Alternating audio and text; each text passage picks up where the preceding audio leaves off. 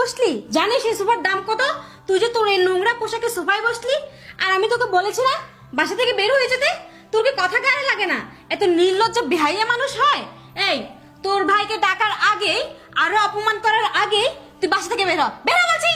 ভাবি, আমি তো তোমাকে একবারই বললাম আমি ভাইয়ের সাথে কথা না বলে তোমাদের বাসা থেকে যাব না। তুমি ভাইকে ডাকো, আমি ভাইয়ের সাথে কথা বলে তোমাদের বাসা থেকে চলে যাব। আর আমি তোমাদের বাসায় খেতেও আসিনি, থাকতেও আসিনি। ও বুঝতে পারছি, সোজা আঙুলে ঘি উঠবে না। শোন, তোকে কিভাবে বের করতে হয় সেটা আমার খুব ভালো করে জানা আছে। তুই দেখ শুধু আমি কি করি। আমি এখন গিয়ে তোর ভাইয়াকে ডেকে আনবো, আর তোর ভাইয়াকে দিয়ে আমি তোকে এই বাসা থেকে বের করব। তুই ওয়েট কর।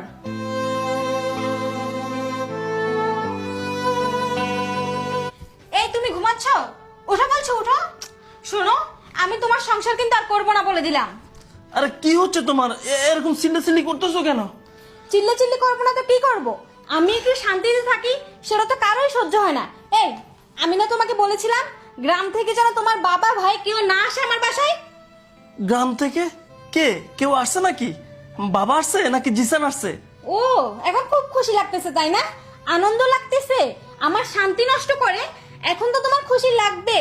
আরে তোমার ওই ছোট লোক ভাইটা আসছে, তাও আবার কি পোশাকে এসেছে জানো তুমি? পাঞ্জাবি পরে, মাথায় টুপি পরে। আচ্ছা তুমি বলো তো, তার কি কোনো কমন সেন্স নাই? ঢাকা শহরে কি মানুষ এভাবে চলাফেরা করে নাকি?